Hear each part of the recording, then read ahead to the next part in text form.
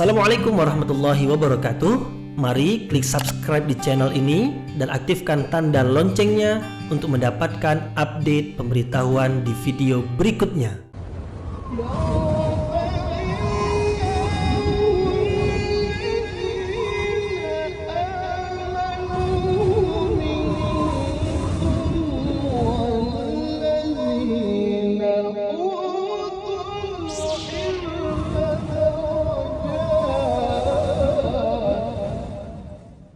A'udzu billahi minasyaitonir rajim. Bismillahirrahmanirrahim. Assalamualaikum warahmatullahi wabarakatuh. Alhamdulillahirabbil alamin wa bihi nasta'inu ala umurid dunya waddin nasta'inuhu wa nastaghfiruh wa na'udzu billahi min shururi anfusina wa min sayyiati a'malina. فمن يهد الله فلا مضل له ومن يضلل فلا هادي له أشهد أن لا إله إلا الله وحده لا شريك له وأشهد أن محمدا عبده ورسوله لا نبي بعده أما بعد. Puji syukur kehadirat Allah Subhanahu wa taala yang masih melimpahkan rahmat dan nikmat-Nya. Kita bersyukur dengan mengucapkan Alhamdulillahirabbil alamin. Kemudian tidak lupa pula bersalawat kepada Rasulullah dengan mengucapkan Allahumma salli ala Sayyidina Muhammad wa ala ali Sayyidina Muhammad. Dan bersalam kepada Rasulullah dengan ucapan Assalamu alayka ya Rasulullah. Alhamdulillah kita dapat kembali meneruskan pengajian tafsir ayat-ayat suci Al-Quran yang insya Allah kita akan teruskan, akan kita lanjutkan ke surah berikutnya, yaitu selepas kita selesai membahaskan surah Al-Hajj, yaitu surah yang ke-22 dari Al-Quran, yang urutannya yang ke-22 di dalam Al-Quran. Kita akan lanjutkan ke surah Al-Mu'minun, yaitu yang ke-23 urutannya di dalam Al-Quran. Surah Al-Mu'minun adalah surah yang diturunkan di kota Mekah. Maka surah Al-Mu'minun disebut juga surah Makkiyah, yaitu ketika Rasulullah berada di kota Mekah, berarti sebelum Rasulullah berhijrah ke Madinah. Karena ayat-ayat Al-Quran itu ada yang diturunkan di kota Mekah, ada yang diturunkan di kota Madinah. Maka ayat-ayat yang kita pelajari dari surah Al-Mu'minun ini adalah ayat-ayat Makkiyah, yaitu ketika Rasulullah berada di kota Mekah. Maka kita juga sekaligus merasakan, yaitu ayat ini adalah ayat ketika suasana dakwah di kota Mekah, yaitu Rasulullah menyampaikan dakwah kepada penduduk kota Mekah yang mana kepercayaan mereka pada masa itu adalah menyembah berhala, yaitu menyekutukan Allah Subhanahu wa taala dengan berhala. Jadi Rasulullah berhadapan dengan orang-orang musyrik atau orang-orang kafir. Masa itu disebut masa jahiliyah. Maka ayat-ayat yang kita pelajari ini adalah ayat-ayat yang disampaikan oleh Rasulullah kepada orang-orang musyrik penduduk kota Mekah. Maka biasanya ayat-ayat yang disampaikan di kota Mekah adalah ayat-ayat yang menerangkan tentang tauhid, yaitu mengesahkan Allah Subhanahu wa taala. Maka nanti banyak ayat-ayat yang kita pelajari, ayat-ayat yang berkaitan dengan akidah, dengan keimanan. Maka mudah-mudahan insyaAllah dengan membahaskan ayat-ayat di surah Al-Mu'minun ini bertambah keimanan dan keyakinan kita kepada Allah Subhanahu wa taala. Semakin kokoh kita di dalam mentauhidkan Allah, dan nilai kita, tingginya kedudukan kita di sisi Allah adalah apabila kita di dalam mentauhidkan Allah, betul-betul mentauhidkan Allah dengan sungguh-sungguh. Dan ibadah kita itu barulah diterima oleh Allah Subhanahu wa taala apabila ibadah kita itu di atas dasar tauhid, yaitu karena Allah Subhanahu wa taala. Meskipun ibadah yang kita lakukan itu adalah ibadah yang disyariatkan, tetapi apabila tidak di atas dasar tauhid, maka apabila seseorang itu beribadah juga boleh jadi dia tidak karena Allah, mungkin karena selain Allah, maka apabila demikian ibadahnya itu tertolak. Jangankan karena selain Allah, karena riya saja. Riya bermakna ingin dilihat ibadahnya itu supaya dia dipuji orang. Apabila ada orang melihatnya dalam beribadah, umpamanya karena maslahat duniawi, umpamanya seperti itu saja, ibadah sudah ditolak oleh Allah Subhanahu wa taala, tidak ada pahalanya. Apalagi beribadah dengan menyekutukan Allah Subhanahu wa taala. Maka mentauhidkan Allah adalah penting, dan setiap saat semestinya kita selalu ingatkan diri kita supaya kita berpegang teguh di dalam mentauhidkan Allah Subhanahu wa taala. Ayat-ayat yang akan kita pelajari ini adalah ayat-ayat yang menerangkan tentang sifat-sifat penghuni syurga. Siapa orang yang akan dimasukkan ke dalam syurga nanti? Nah, disebutkan sifat-sifatnya.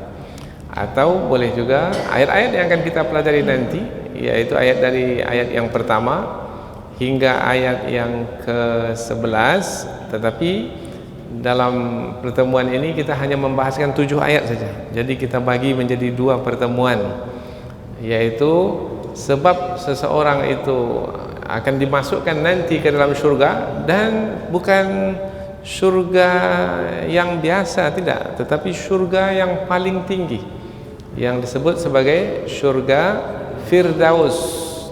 Nah, yang dimasukkan ke dalam syurga Firdaus itu adalah orang-orang yang ketika di dunia, inilah yang akan kita pelajari, yaitu orang-orang yang khusyuk di dalam salatnya. Kira-kira kita dalam melakukan salat khusyuk atau tidak? Nah, kalau ya, bermakna kita layak untuk dimasukkan ke dalam syurga Firdaus. Apakah hanya itu? Tidak, ada lagi yang kedua, yaitu yang menjauh atau berpaling dari perbuatan yang tidak berguna. Jadi apabila ada perbuatan yang tidak berguna, tak ada manfaatnya, hanya menghabiskan waktu saja, menghabiskan tenaga, menghabiskan harta, maka apabila kita berpaling dari perbuatan yang tidak berguna tersebut, layak untuk dimasukkan ke dalam syurga Firdaus. Orang yang habis masanya karena perbuatan yang tidak berguna, tidak layak untuk dimasukkan ke dalam surga yang paling tinggi. Yang ketiga adalah apabila sudah cukup nisab dan haul dari harta yang kita miliki, maka kita mengeluarkan zakat. Nah, orang yang layak untuk dimasukkan ke dalam surga Firdaus adalah orang yang mengeluarkan zakat. Kemudian juga yang akan kita pelajari dalam pertemuan ini adalah orang yang layak untuk dimasukkan ke dalam surga Firdaus adalah orang yang menjaga kehormatannya, atau dengan perkataan lain menjaga kemaluannya, yaitu apabila ia berhubungan, ia hanya berhubungan dengan yang dibenarkan untuk berhubungan dengannya, yaitu istri-istri atau hamba-hamba sahaya. Lain daripada itu tidak diperbolehkan. Maknanya adalah tidak berzina. Itu dengan perkataan lain, orang yang menjaga kehormatannya, menjaga kemuliaannya, maka orang itulah yang layak untuk dimasukkan ke dalam surga Firdaus. Adapun orang yang tidak menjaga kehormatannya, yaitu dengan melakukan perbuatan yang tercela, keji, bukan hanya perzinahan, tetapi ada lagi yang lebih buruk dari perzinahan, yaitu yang pada hari ini disebut dengan perkawinan sejenis. Laki-laki suka dengan laki-laki seperti suami isteri, bahkan menikah pula. Ada pula akad nikahnya, perkawinan sejenis perempuan dengan perempuan. Mereka yang melakukan perbuatan terkutuk itu adalah mereka yang tidak layak untuk dimasukkan ke dalam syurga Firdaus. Karena nanti ayat yang berikutnya Allah akan menyebutkan di ayat yang ke-10, ulaika humul warithun, mereka itulah orang-orang yang mewarisi, alladzina yaritsunal firdaus, mereka adalah orang-orang yang akan mewarisi syurga Firdaus. Maknanya orang yang akan dimasukkan ke dalam syurga. Jadi bukan kita yang menyebutnya, kita ini menyampaikan apa yang disebutkan oleh Allah Subhanahu wa taala dalam firman-Nya.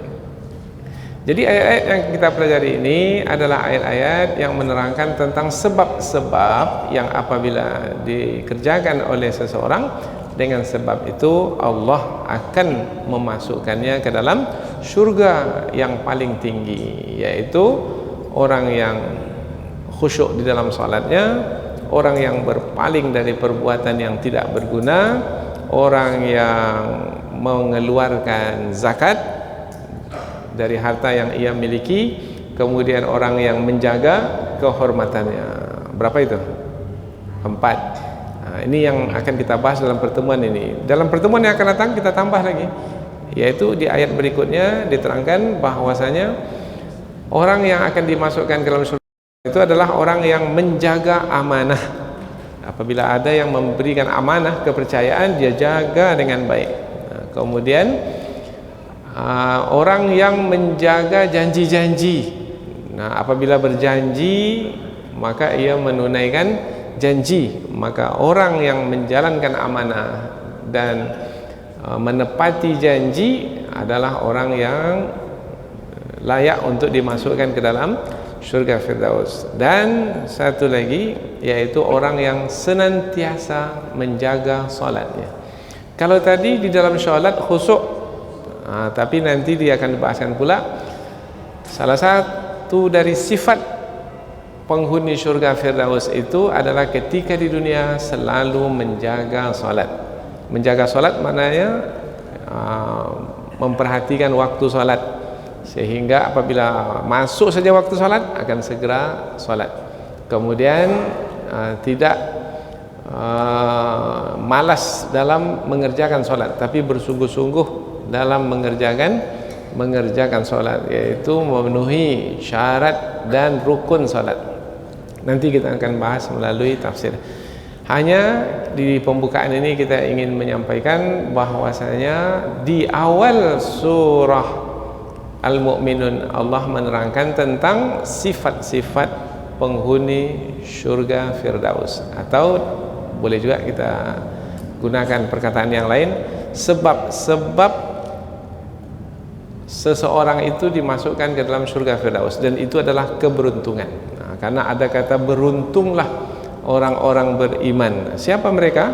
Yaitu orang-orang yang disebutkan sifat-sifatnya, yang apabila memiliki sifat-sifat tersebut ia mendapatkan keberuntungan. Keberuntungannya adalah berupa dimasukkan ke dalam syurga di hari akhirat kelak. Jadi ayat-ayat yang akan kita pelajari ini adalah ayat-ayat yang menerangkan tentang sebab-sebab keberuntungan bagi orang-orang beriman yang akan melayakkan mereka untuk dimasukkan ke dalam surga yang paling tinggi.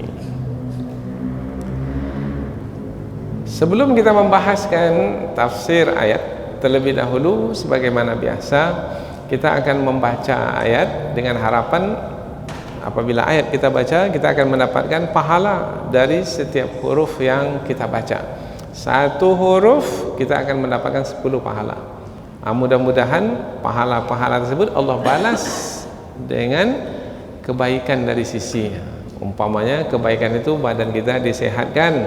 Boleh jadi badan sehat kita itu adalah balasan kebaikan dari amal yang kita kerjakan. Pikiran kita dijernihkan, boleh jadi sebagai balasan dari amal kebaikan yang kita kerjakan. hati kita ditenangkan, dada kita dilapangkan, jiwa kita disenangkan, ahli keluarga kita penuh dengan kasih sayang, harta benda kita berkah umpamanya, dan lain sebagainya. Semua itu boleh jadi didapatkan dari pahala yang kita perolehi dari amal ibadah yang kita kerjakan, di antaranya adalah dengan membaca Al-Quran. Allah Subhanahu wa taala berfirman, A'udzu billahi minasyaitonir rajim. Bismillahirrahmanirrahim.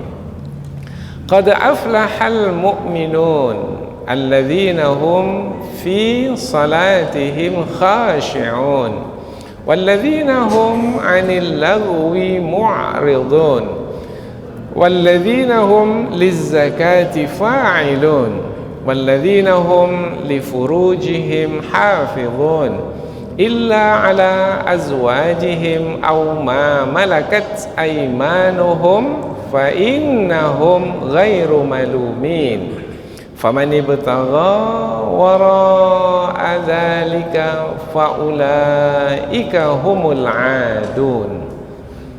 Allah Subhanahu wa taala berfirman, qad, sesungguhnya, aflaha, telah beruntung, al-mu'minun, orang-orang yang beriman. Sesungguhnya telah beruntunglah orang-orang yang beriman. Alladzina, yaitu orang-orang yang hum, mereka itu, fi salatihim, dalam salat mereka, khashi'un, khusyuk, yaitu orang-orang yang mereka itu khusyuk di dalam salat mereka.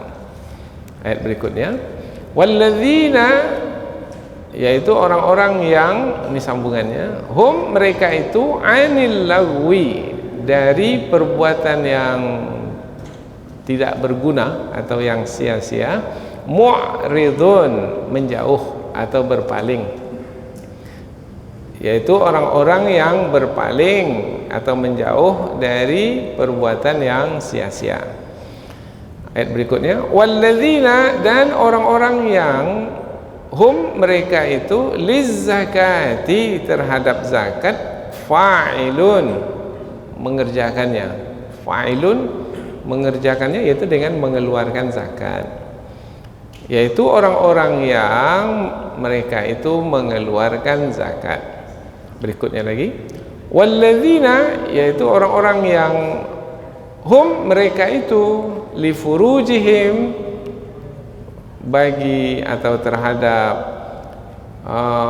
kemaluan mereka, furuj jamak dari farjun, kemaluan mereka, hafizun, mereka menjaganya, memeliharanya, yaitu orang-orang yang menjaga kemaluannya, illa, kecuali, ala, kepada, azwajihim, istri-istri mereka, atau ma malakat, yang mereka miliki, aimanuhum, dari budak perempuan mereka atau hamba sahaya mereka.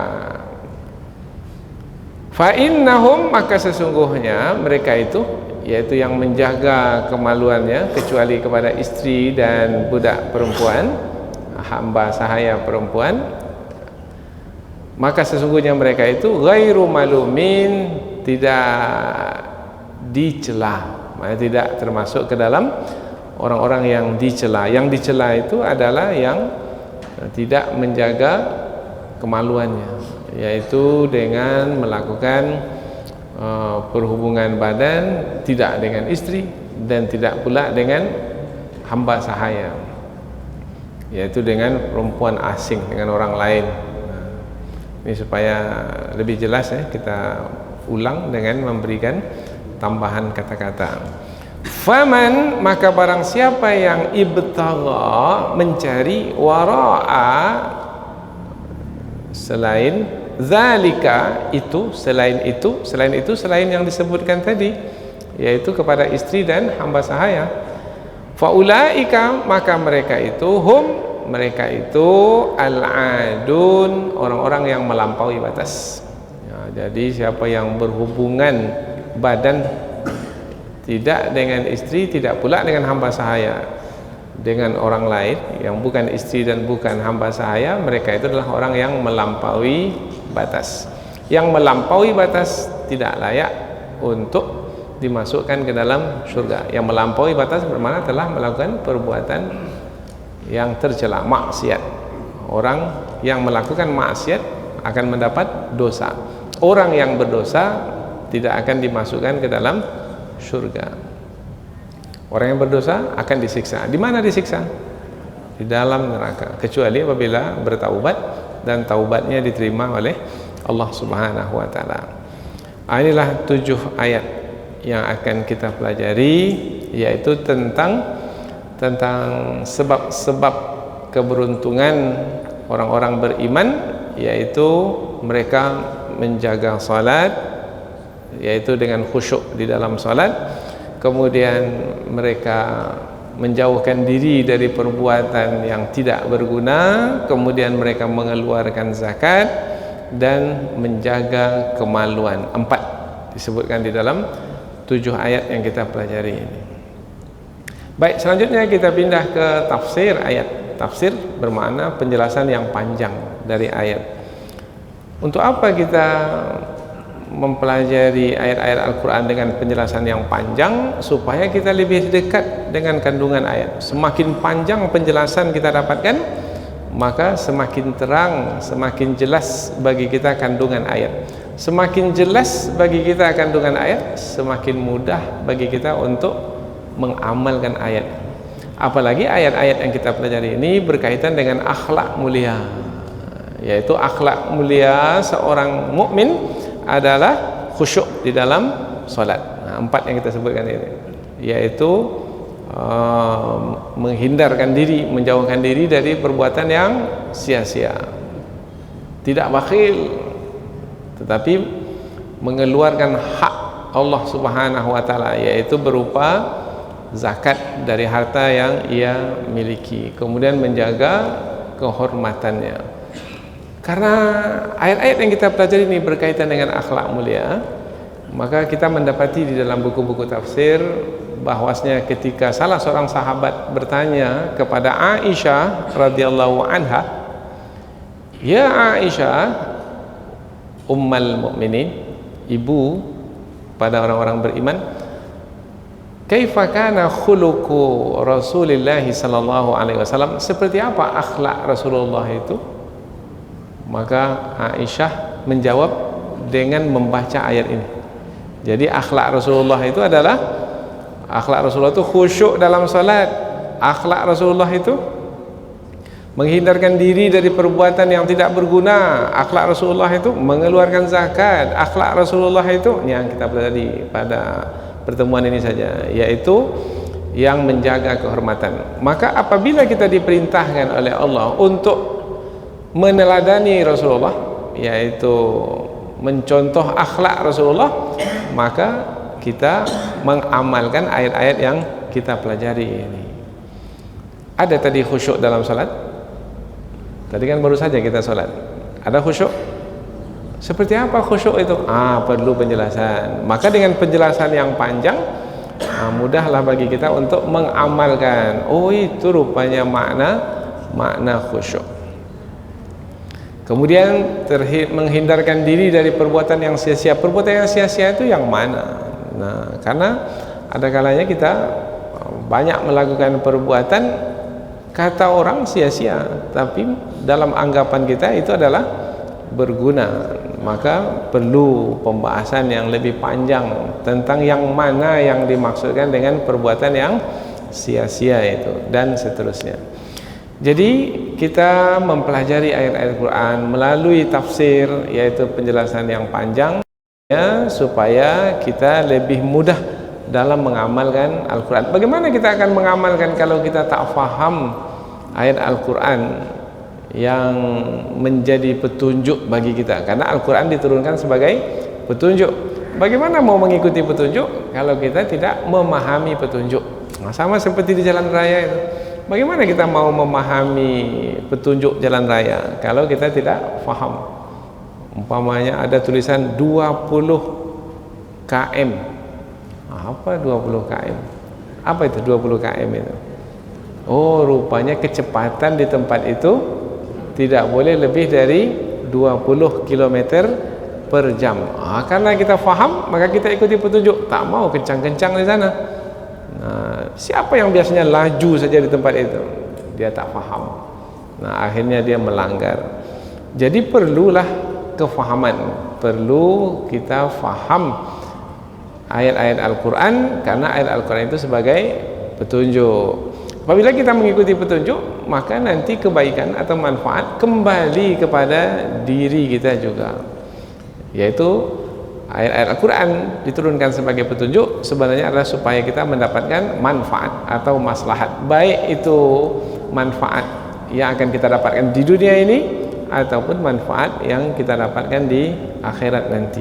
Maka jangan pernah merasa bosan dalam mempelajari Al-Quran melalui kajian tafsir. Ada kalanya pengajian tafsir itu pendek saja, pendek sekali, yaitu satu kali pertemuan 30 menit sampai 2 halaman Al-Quran umpamanya. Berarti penjelasannya pendek. Tapi ada pula satu kali pertemuan hanya 7 ayat, 4 ayat, 2 ayat, kadang-kadang 1 ayat, tapi penjelasannya sampai berjam-jam. Tak cukup dengan satu kali pertemuan, 2-3 kali pertemuan. Jangan merasa bosan. Apa sebab? Sebab ketika ayat Al-Quran itu sependek apapun, ketika dikaji, rupanya kandungannya sangat dalam sekali. Karena dalam seperti samudra, luas, dalamnya sangat dalam sekali, luasnya tak bertepi, maka penjelasannya kan tak habis-habis. Sampai kita lihat pada hari ini para ulama kita dalam menafsirkan Quran, sudah ada buku-buku tafsir sebelumnya, tapi masih juga para ulama menafsirkan Al-Quran itu, dan mendapati ada lagi hal yang baru yang belum pernah disebutkan sebelumnya. Maka kita tidak mau merasa bosan atau merasa cukup dalam mengkaji Al-Quran. Pernah satu ketika, ini disebutkan di dalam tafsir, Umar bin Al-Khattab radhiyallahu anhu, sahabat Nabi, melihat Rasulullah menerima wahyu. Biasanya di antara bentuk, di antara suasana yang dialami oleh Rasulullah apabila sedang menerima wahyu adalah ada seperti suara, seperti riuhnya lebah, suara lebah di dekat wajah Rasulullah SAW. Jadi ada seperti suara lebah. Itu apa? Suara lebah, dengung lebah itu. Nah, seperti ada dengung lebah itu di wajah Rasul. Maka ketika itu Rasulullah sedang menerima wahyu. Maka para sahabat tidak mengganggu Rasulullah, menunggu sejenak. Ini hadis ini diriwayatkan oleh Umar bin Al-Khattab radhiyallahu anhu. Setelah itu, setelah berlalu suara tersebut, bermana Rasulullah telah selesai menerima wahyu, Rasulullah SAW mengangkat tangan, kemudian menghadap kiblat, kemudian Rasulullah berdoa. Nah, doa Rasul adalah Allahumma zidna wa la tanqusna. Ya Allah, berikanlah tambahan kepada kami, jangan kurangi lagi apa yang sudah kami terima. Wa akrimna wa la tuhinna. Ya Allah, dalam doa Rasul, sahabat yang lain mendengarkan. Nah, ya Allah, muliakanlah kami, jangan hinakan kami. Wa a'tina wa la tahrimna. Berikanlah kepada kami pemberian ya Allah, jangan tahan pemberian ya Allah sehingga kami tak dapat apa-apa. Wa asirna wa la tu'sir alaina. Ya Allah, berikanlah kepada kami sehingga kami dapat pemberianmu, jangan kesampingkan kami ya Allah, bawa kami serta sehingga kami dapat rahmat dari sisimu ya Allah. Wardina warda anna. Ya Allah, redailah kami ya Allah, dan redailah setiap perbuatan yang kami lakukan ya Allah. Sahabat mendengarkan Rasulullah berdoa. Kemudian Rasulullah pun membaca ayat-ayat di awal surah Al-Mu'minun ini. Dikatakan 10 ayat pertama dari surah Al-Mu'minin. Kemudian Rasulullah mengatakan, siapa yang membaca dan mengamalkan ayat-ayat yang 10 di awal surah Al-Mu'minun ini, niscaya akan masuk surga. Oh, berarti ayat-ayat ini adalah ayat-ayat yang berisi sebab-sebab untuk masuk surga, yaitu yang kita sebutkan tadi ada 6 yang apabila dilakukan, insya Allah seseorang akan dimasukkan ke dalam surga yang paling tinggi, yaitu surga Firdaus. 4 yang kita pelajari dalam pertemuan ini, dan 2 lagi nanti kita tambah, yaitu menjaga amanah dan janji, kemudian juga memelihara salat. Nah, inilah ayat-ayat yang apabila kita perhatikan bermakna adalah ayat yang akan menjadi bimbingan, yang akan menjadi arahan, petunjuk bagi kita. Kalau disebut bimbingan, arahan, petunjuk, apabila kita mau menjadikannya sebagai bimbingan, maka sampailah kita ke tujuan. Tujuan hidup kita ini sebenarnya kemana ini? Kalau ibaratnya kita dalam perjalanan sekarang, perjalanan kita ini kemana ini? Dan kita perlukan bimbingan untuk sampai ke tujuan. Nah, apabila ayat-ayatnya sebagai bimbingan, maka ayat ini akan menyampaikan kita ke tujuan kita, yaitu surga. Dunia ini bukan tujuan. Sampai masanya dunia ini akan kita tinggalkan. Bermana akan berlalu dunia ini dalam hidup kita. Nah, yang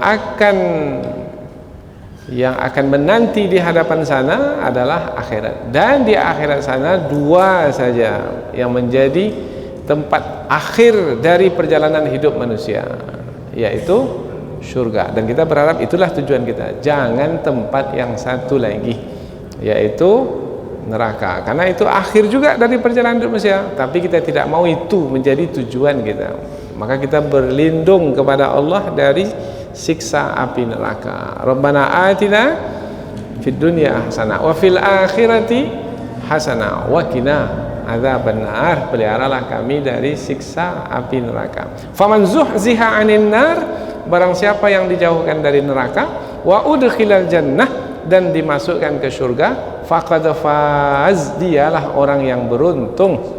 Ujung ayat Allah memperingatkan, wa mal hayatud dunya illa mata'ul ghurur. Tidaklah kesenangan hidup dunia ini melainkan kesenangan hidup yang menipu. Bagaimana supaya tidak tertipu? Perlu ada bimbingan dan ikuti bimbingan. Perlu ada petunjuk dan ikuti petunjuk. Mana dia petunjuk itu? Di antaranya adalah ayat-ayat yang kita pelajari. Kita mulai pembahasan ayat yang pertama. Qad aflahal mu'minun. Sesungguhnya beruntunglah orang-orang beriman. Qad, sesungguhnya.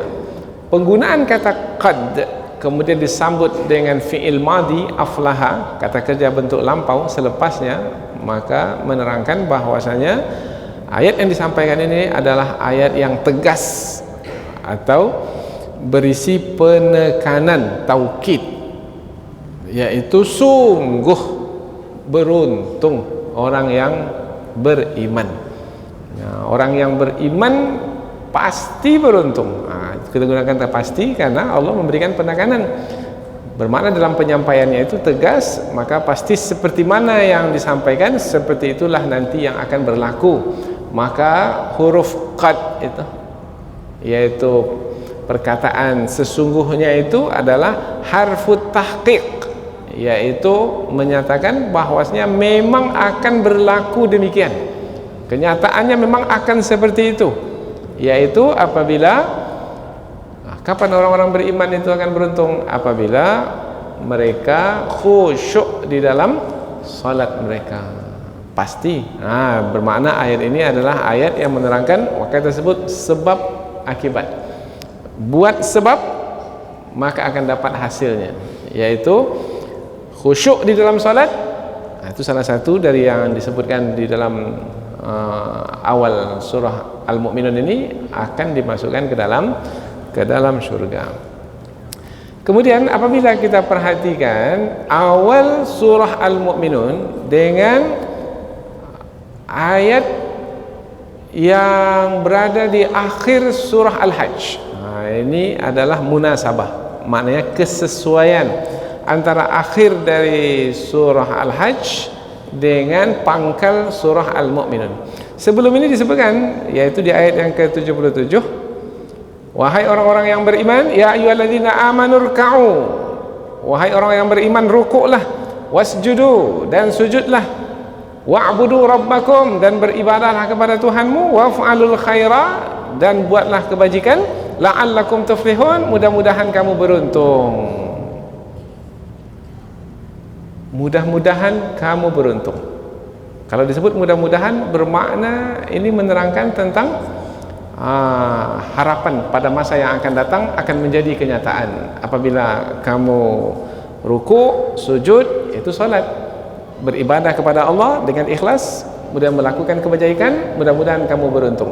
Disambut oleh ayat di pangkal surah Al-Mu'minun ini, sungguh beruntung. Kalau tadi ada kata mudah-mudahan, mudah-mudahan bermakna untuk masa yang akan datang. Disambut oleh ayat di pangkal surah Al-Mu'minun, sungguh beruntung orang-orang yang beriman itu. Maknanya jangan risau apabila memang melakukan apa yang disebutkan selepas ini, yaitu khusyuk di dalam salat, pasti akan beruntung. Karena kalau disebut kata mudah-mudahan ini, iya atau enggak ya? Maka jangan ragu lagi, karena yang berfirman adalah Allah. Maka ayat yang berada di pangkal surah Al-Mu'minun menegaskan lagi ayat yang berada di akhir surah Hajj. Maka dengan demikian ada kesesuaian antara ujung ayat sebelum ujung surah sebelum ini dengan surah Al-Mu'minun ini. Qad aflaha, sesungguhnya sungguh, aflaha beruntung, al-mu'minun, orang-orang yang beriman. Al-aflaha ini juga ada kata yang sama tapi bentuknya al-falah. Nah, di seruan azan kita, muazin ketika mengumandangkan azan, hayya 'alas shalah, marilah mendirikan salat. Selepas itu apa? Hayya 'alal falah, maka marilah kepada keberuntungan. Nanti ayat berikutnya adalah siapa orang yang beruntung? Orang yang khusyuk di dalam salatnya. Maknanya kalau kita jawab panggilan azan, yaitu dengan mengerjakan salat, maka kita akan beruntung, seperti mana yang disebutkan di dalam perkataan azan itu. Beruntung. Apa pula yang dimasukkan dengan beruntung? Sebenarnya kata aflaha ini kalau dilihat dari sisi bahasanya, aflaha itu maknanya melobang, atau memecah, membelah. Nah, biasanya apabila petani itu ingin menanam tanaman, maka yang pertama kali dilakukan oleh petani itu apa? Melobang atau memecah, atau dalam bahasa kita mencangkul atau membajak. Nah, itulah pekerjaan petani. Karena apabila tanah yang akan ditanam itu tanahnya keras, kemudian dimasukkan bibit ke dalam, kira-kira bibit itu tumbuh atau tidak? Tidak, susah tumbuhnya. Nah, maka supaya bibit itu tumbuh, benih itu tumbuh dengan mudah, maka dicangkullah tanah itu. Nah, maka petani itu pencangkul tanah. Maka petani disebut di dalam bahasa Arab al-fallah. Mengapa al-fallah? Karena kerja petani itu mencangkul, membelah, melubang. Sudah ada lubang, sudah gembur tanah, maka diletakkanlah bibit padi umpamanya. Berapa biji padi yang diletakkan dalam itu? 2-3 saja. Kemudian ditimbun oleh petani. Petani yang menyiramnya, kadang-kadang tidak juga. Apa sebab? hujan dari langit, Allah yang menyiramnya. Kemudian tumbuh bibit tersebut. Siapa yang menumbuhkan? Petani yang menumbuhkan bibit itu. Dah, karena ada sebahagian tumbuh, sebagian lagi tak tumbuh. Kalau petani lah, pastilah dia akan menumbuhkan semuanya. Tetapi ada yang tumbuh, ada yang tak tumbuh. Kemudian padi itu terus tumbuh tinggi besar, kemudian berisi. Siapa yang membuat padi itu berisi? Allah Subhanahu wa taala. Tadi yang dimasukkan ke dalam bumi itu berapa banyaknya? 2-3 saja. Sekarang hasilnya berapa? Beratus beribu banyaknya.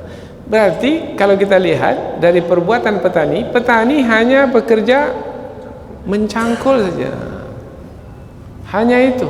Lain dari itu tidak lagi petani yang melakukannya. Yang menumbuhkan bibit Allah, yang membuat tanaman itu tumbuh besar Allah, yang membuatnya berbuah Allah, banyak hasilnya adalah Allah, menguning Allah. Jadi petani kerjanya sedikit tapi dapat hasil banyak, modal sedikit dapat hasil banyak. Apa namanya? Nah, itulah beruntung. Jadi mengapa digunakan kata aflaha? Untuk menerangkan bahwasanya kerja sedikit tetapi dapat hasil banyak. Kita sholat di dunia ini satu hari berapa menit kira-kira? Kalau yang sholat 5 itu saja, yang wajib itu, taruhlah satu kali sholat 5 menit. 5 kali 5 25. Satu hari kita diberi berapa jam? 24 jam. 24 jam kita hanya gunakan 25 menit saja. Tapi yang 25 menit itu melayakkan kita untuk mendapatkan surga Firdaus. Beruntung atau balik modal? Balik modal enggak. Beruntung, keberuntungan yang besar. Karena kalau berdagang itu ada beruntung, ada merugi, apa satu lagi? Balik modal. Nah, beruntung disebabkan kerja sedikit.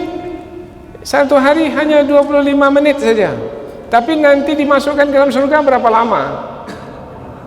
Selama-lamanya. Maka disebut beruntung. Kalau kita bawa lagi ke usia kita, kita hidup di dunia ini berapa tahun? Paling lama 80 tahun, 90 tahun itu sudah sedikit jumlahnya itu. 60 tahun dah banyak berguguran dah. 60 tahun, 70 tahun. Nanti kalau dimasukkan ke dalam surga berapa tahun? Selama kita hidup di dunia? Enggak, selama-lamanya. Itulah dia keberuntungan. Beruntung, kerja sedikit tapi dapat hasil banyak. Sama seperti petani, maka digunakan kata aflaha supaya terbayang. Maka apabila orang yang kerjanya bertani, dia akan terbayang, oh ya, kerja kita sedikit kemudian kita dapat hasil banyak. Begitu juga lah keberuntungan di dalam menjalankan agama, yaitu kita kerja sedikit tetapi dapat untung banyak. Kalau kita mengajar anak-anak mengaji umpamanya, berapa lama kita ngajar anak mengaji? Paling-paling setahun dah pandai anak itu baca Quran. Kemudian hasil yang kita dapatkan berapa lama? Setahun juga selepas itu? Enggak, selagi anak itu hidup kemudian baca Quran, selama itu pahala mengalir ke kita. Meskipun kita dah meninggal dunia, pahala tetap terus mengalir. Ilmun yuntafa'u bihi, ilmu yang bermanfaat. Kemudian anak itu pula yang kita ajar itu telah memiliki ilmu dari kita, dia sampaikan pula ilmunya itu kepada orang lain, dia ajar pula orang lain. Kita pun juga masih dapat, karena kita menjadi sebab awal dari orang beramal saleh, berbuat baik. Maka kita beruntung apabila kita beramal. Keberuntungan yang besar itulah yang diterangkan oleh makna kata aflaha. Sesungguhnya beruntunglah orang-orang yang beriman. Keberuntungan yang bagaimana?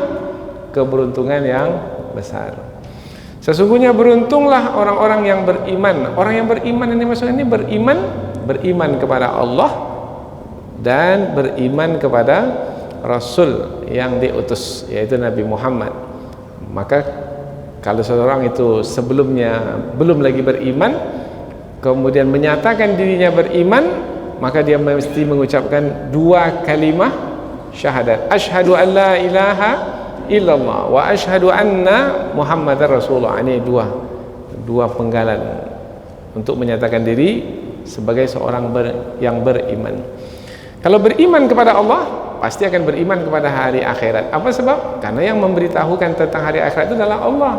Maka kalau beriman kepada Allah, pasti akan beriman kepada apa saja yang Allah sampaikan. Ada hari akhirat, akan beriman. Ada malaikat, akan beriman. Ada kitab suci yang diturunkan, akan beriman. Ada qada dan qadar, akan beriman. Ada rasul yang diutus, akan beriman. Dan keimanan kepada rasul yang diutus itu adalah dengan mengikuti rasul tersebut. Siapa yang beriman, yaitu beriman kepada Allah dan Rasul, maka mereka itulah orang-orang yang beruntung. Tapi ini kan umum ini, maka dibuatlah perincian. Perinciannya adalah ayat berikutnya, alladzina hum fi salatihim khashi'un, yaitu orang-orang yang khusyuk di dalam salat. Apa makna khusyuk? Ada yang menerangkan makna khusyuk ini tenang. Oh, yang khusyuk adalah tenang. Tapi belum tentu lagi orang yang tenang adalah khusyuk. Kita tengok orang di kiri kanan kita tenang, tapi belum tentu khusyuk. Khusyuk ini adalah kaitannya dengan hati, kehadiran hati dalam mengingat Allah Subhanahu wa taala. Mulai dari takbir Allahu Akbar, hadir hatinya itu. Allah Maha Besar. Apa yang dia baca? Dia baca bacaan salat. Inni wajjahtu wajhiya, dia fahami. Kemudian hadir hatinya bersama dengan Allah. Kemudian tidak lagi bersama dengan makhluk, tidak lagi bersama dengan ahli keluarga, tak teringat lagi ahli keluarga, tak teringat lagi pekerjaan yang ditinggalkan, hanya ingat Allah saja. Ketika bersama dengan Allah dan hanya dengan Allah, itulah yang disebut dengan khusyuk. Kira-kira solat tadi khusyuk atau tidak? Kalau rakaat pertamanya khusyuk saya, masuk rakaat kedua banyak sekali yang diingat. Pekerjaan yang diingat, rumah yang diingat, kantor yang diingat, bermakna tidak khusyuk. Sampai-sampai solat berapa rakaat pun tak ingat lagi. Sudah berapa rakaat tadi ya? Maka orang yang tidak ingat berapa rakaat dia solat, itu sudah melampaui batas. Apa sebab? Bagaimana dia bisa berpaling dari selain Allah sementara dia berada di hadapan Allah Subhanahu wa taala? Itu melampaui batas. Yang paling banyak memberikan kebaikan kepada kita adalah Allah. Dari tidak ada menjadi ada, dari lemah kita Allah beri kekuatan, tak punya apa-apa kita Allah berikan kekayaan sendiri, kita Allah beri pasangan, semua dari Allah, semua dari Allah. Nah, yang banyak memberikan pemberian-pemberian yang tak terhingga, yang sangat berharga adalah Allah, dan kita berada di hadapan Allah, kemudian kita pula tidak bersama dengan Allah, itu melampaui batas nak kira-kira itu. Dengan istri aja lah umpamanya, dengan suami, istri bersama dengan kita, tetapi kita gerakkan mata, tak nengok kita rupanya entah kemana pikirannya. Itu pun kita sudah merasakan ini melampaui batas. Begitu juga lah seorang hamba apabila ia tidak mengingat Allah, lalai dalam menjalankan salat itu, dalam mengerjakan perbuatan salat itu, maka ia melampaui batas. Khusyuk, kalau disebut kata khusyuk, itu adalah amalan hati. Kalau hati sudah khusyuk, maka semua anggota tubuh pun akan ikut khusyuk, yaitu mulut yang membaca bacaan salat akan khusyuk. Allahu Akbar, Allahu Akbar kabira, walhamdulillahi katsira, subhanallahi bukratan wa asila. Kapan bisa khusyuk mulut itu membaca bacaan salat? Apabila hati khusyuk. Kalau hati tak khusyuk, Mulut itu membaca juga Allahu Akbar kabira, tapi karena sudah hafal, hati itu sudah entah kemana. Dia baca juga Al-Fatihah, bisa baca Al-Fatihah tanpa kehadiran hati, bisa, karena hafal luar kepala. Alhamdulillahirabbil alamin Ar-Rahmanir Rahim, tapi hatinya entah kemana. Orang yang seperti itu tidak disebut khusyuk, karena khusyuk adalah amalan hati, yang amalan hati itu mempengaruhi anggota tubuh. Ada lagi, ini kalau mau memanjangkannya boleh lihat, apabila orang sibuk dengan anggota tubuhnya, berarti pertanda hatinya tidak khusyuk. Ada yang sibuk dengan bajunya, asyik pegang baju saja. Nah, ini adalah orang yang tidak khusyuk di dalam solatnya. Ada yang sibuk dengan janggutnya saja, ada saja sibuk kecibukan dengan janggutnya, pegang janggut. Ini orang yang tidak khusyuk. Orang yang khusyuk hatinya, maka hati itu akan tenang, anggota tubuhnya pun juga akan tenang. Perbuatannya hanya perbuatan solat saja. Perbuatan yang bukan perbuatan salat tidak akan ia kerjakan, sebab hatinya khusyuk bersama dengan Allah Subhanahu wa taala. Alladzina hum fi salatihim khashi'un walladzina hum 'anil lagwi mu'ridun. Orang-orang yang berpaling atau menjauh dari perbuatan yang tidak bermanfaat, yang sia-sia. Perbuatan yang sia-sia adalah perbuatan yang tidak ada manfaat di dalamnya. Setiap yang disyariatkan oleh Allah untuk dikerjakan itu adalah yang bermanfaat. Setiap yang disyariatkan oleh Allah, baik itu adalah yang diperintahkan hukumnya wajib ataupun yang diperintahkan hukumnya sunat, itu adalah yang bermanfaat. Itu adalah yang disyariatkan. Yang tidak disyariatkan, kemudian hanya membuang waktu, apalagi perkataan atau perbuatan itu perbuatan buruk, perbuatan yang melalaikan umpamanya, maka perbuatan yang seperti itu disebut dengan al-lagwu. Umpamanya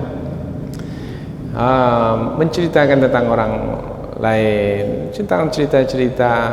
Kalau cerita tentang aib orang lain itu dosa, tapi dia bukan cerita tentang aib, hanya cerita untuk menghabiskan masa saja. Padahal andaikan masa itu digunakan untuk membaca Al-Quran, maka akan mendatangkan manfaat. Tetapi karena digunakan untuk bercerita yang tidak ada gunanya, akhirnya waktu itu berlalu begitu saja, tidak ada amal yang dikerjakan pada masa itu. Padahal nanti di hari akhirat, setiap waktu yang Allah berikan akan kita pertanggungjawabkan. Maka apabila seseorang itu ingin masuk ke surga Firdaus, pastikan setiap waktu yang dilalui ada amal yang dikerjakan, dan amal itu amal yang bermanfaat. Amal ini berkaitan dengan perkataan atau berkaitan dengan perbuatan. Perkataan yang benar saja, jangan perkataan yang ada perkataan yang dikeluarkan hanya untuk bergelak ketawa saja, itu sia-sia. Habis masa pengajian itu, mulai dari awal ketawa saja sampai akhir pengajian. Selesai pengajian, ditanya, macam mana pengajian tadi? Oh, bagus sekali. Dari awal sampai akhir ketawa aja kita nih. Apa yang didapat? Tak ada. Karena isinya hanya tertawa-tertawa saja, senda gurau. Maka pengajian yang sebenarnya bukan pengajian tertawa-tertawa, tidak. Pengajian yang isinya adalah ilmu yang membuat kita menjadi, kalau kita lalai membuat kita menjadi ingat, kalau kita tak tahu membuat kita menjadi berilmu. Apabila kita kurang bersemangat, pengajian itu membuat kita menjadi bersungguh-sungguh. Apabila kita salah niat, pengajian itu membuat kita menjadi betul, benar dalam berniat. Itu pengajian yang bermanfaat. Kata-kata yang kita dengar, kata-kata yang bermanfaat. Maka perkataan itu perkataan yang bermanfaat. Perkataan yang seperti itu cari. Kalau berlawanan dari yang itu, maka hindari, jauhi. Maka kalau ada kawan bercerita tak ada saya guna ya, maka sudah tinggalkan saja, abaikan saja, hindarkan diri. Terima kasih, saya ada kegiatan, saya ada kesibukan, saya ada perbuatan yang mau saya lakukan. Kita berpaling. Walladzina hum 'anil lagwi mu'ridun walladzina hum lizzakati fa'ilun, dan orang-orang yang mereka mengeluarkan zakat atau menunaikan zakat. Kalau disebut zakat berarti kaitannya dengan apa ini? Harta yang cukup nisabnya dan sampai haulnya. Nisabnya ada nisab harta itu 85 gram emas umpamanya, cukup. Haulnya yaitu 1 tahun hijriah. Cukup nisab, haul, keluarkan zakat. Berapa zakatnya? Zakat harta simpanan umpamanya 2,5% umpamanya 2,5%. Kalau 100 juta berapa? 2,5 juta kita keluarkan. Berat tidak mengeluarkan 2,5 juta ini? 2,5 juta itu kalau 100 juta. Kalau 100 miliar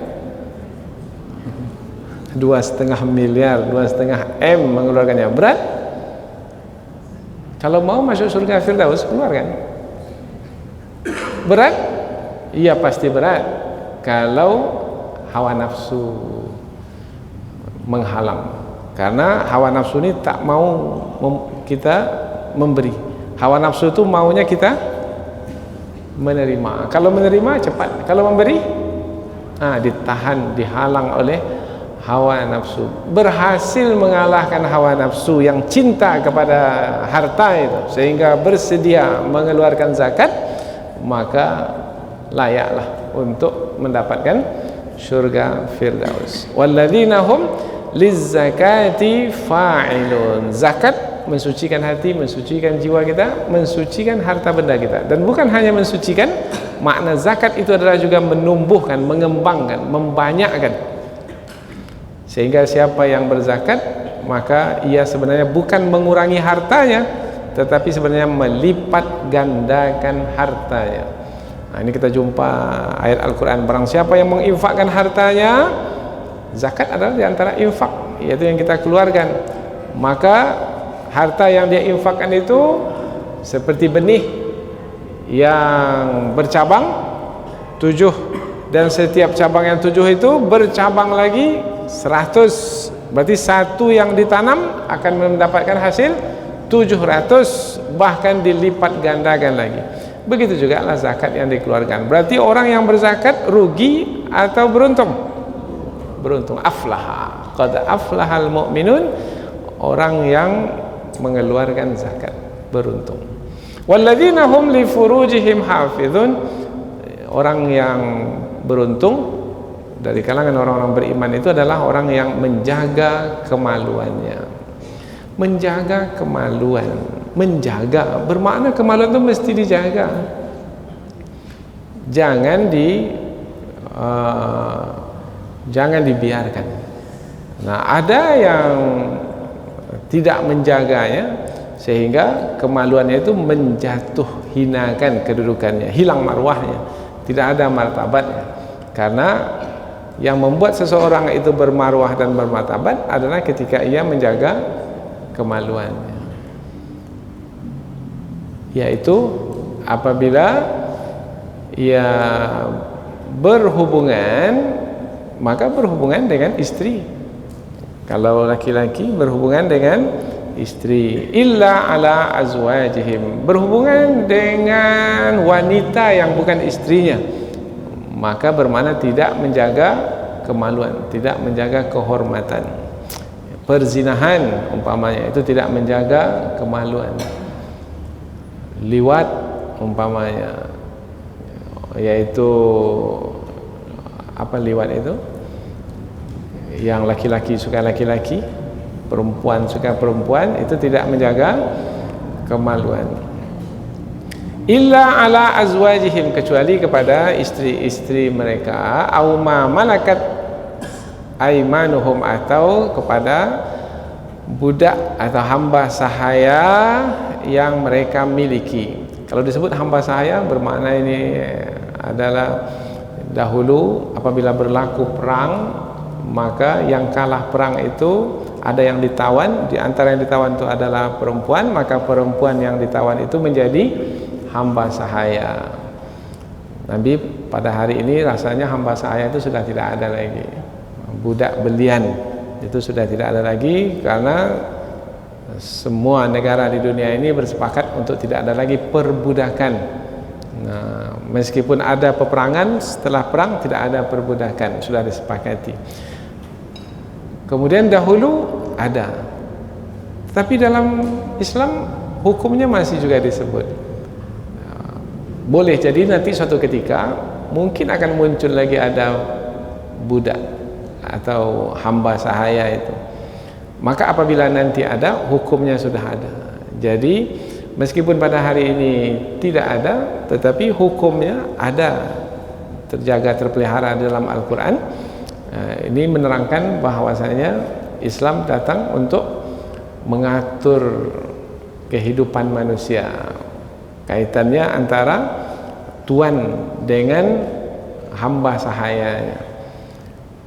Nah, dahulu pada masa Rasulullah SAW di Eropa umpamanya, di Yunani, Romawi, kemudian di Asia, di Persia, kemudian apabila berlaku perang adalah lazim munculnya perbudakan-perbudakan. Kemudian budak itu adalah seperti harta yang dimiliki, apa saja yang dilakukan oleh tuan yang kepadanya boleh, tak ada masalah apa-apa. Maka Islam pun membolehkan apabila si tuan itu menggauli hamba sahayanya, meskipun semangat di dalam agama Islam adalah mengurangi dan menghilangkan perbudakan itu. Maka dalam Islam itu orang yang ingin menebus dirinya untuk merdeka, supaya lepas dari perbudakan, perhambaan, itu bolehkan untuk mendapat bahagian dari zakat. Wa fir riqab, boleh mendapat bahagian dari zakat. Kemudian apabila ada pelanggaran, sanksi, salah satu sanksi dalam Islam adalah memerdekakan hamba sahaya. Jadi dengan syariat Islam, maka perbudakan itu semakin hari semakin hilang, semakin terangkat. Dahulu apabila ada, karena ayat ini ayat turun di kota mana tadi? Di kota Mekah. Umat Islam belum lagi menguasai, karena umat Islam masih lagi ditindas, dianiaya, dizalimi di kota Mekah. Belum lagi memimpin belum lagi berkuasa di kota Madinah. Nah, maka keadaan ketika itu diterangkan bahwasanya apabila ada yang memiliki budak perempuan hamba sahaya, ia boleh untuk berhubungan dengan hamba sahaya. Tapi dalam Islam juga tidak sembarangan juga, ada syarat-syaratnya juga. Kemudian hamba sahaya itu apabila digauli oleh tuannya, maka apabila beranak, anaknya itu akan dinasabkan kepada tuannya itu, dan anaknya itu merdeka.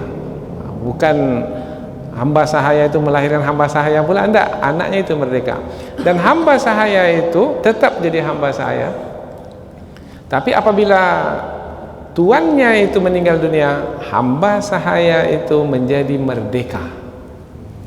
Jadi dengan demikian terangkat sebenarnya kedudukan hamba sahaya itu apabila si tuannya mempergaulinya. Rasulullah sendiri pun mendapatkan hadiah berupa hamba sahaya. Siapa namanya? Maria Qibtiyah. Maria Qibtiyah adalah hamba sahaya. Illa ala azwajihim aw ma malakat aymanuhum fa innahum ghairu malumin. Yang berhubungan dengan istri, yang berhubungan dengan hamba sahaya itu tidaklah dicela. Yang dicela yang mana? Ayat berikutnya, famani batagha wara'a dzalika, barang siapa yang mencari lagi lain dari itu, bukan berhubungan dengan istri, bukan pula berhubungan dengan hamba sahaya, maka mereka itulah orang-orang yang melampaui batas.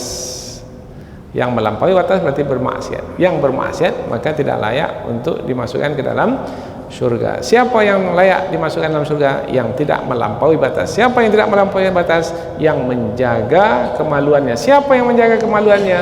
Yang hanya berhubungan dengan istri dan hamba sahaya saja. InsyaAllah akan disambung pada pertemuan yang akan datang. Dua lagi sebab yang melayakkan seseorang untuk dimasukkan ke dalam syurga Firdaus. Mudah-mudahan ada manfaatnya. Subhanakallahumma wa bihamdika asyhadu an la ilaha illa anta wa astaghfiruka wa atubu ilaik. Wassalamualaikum warahmatullahi wabarakatuh.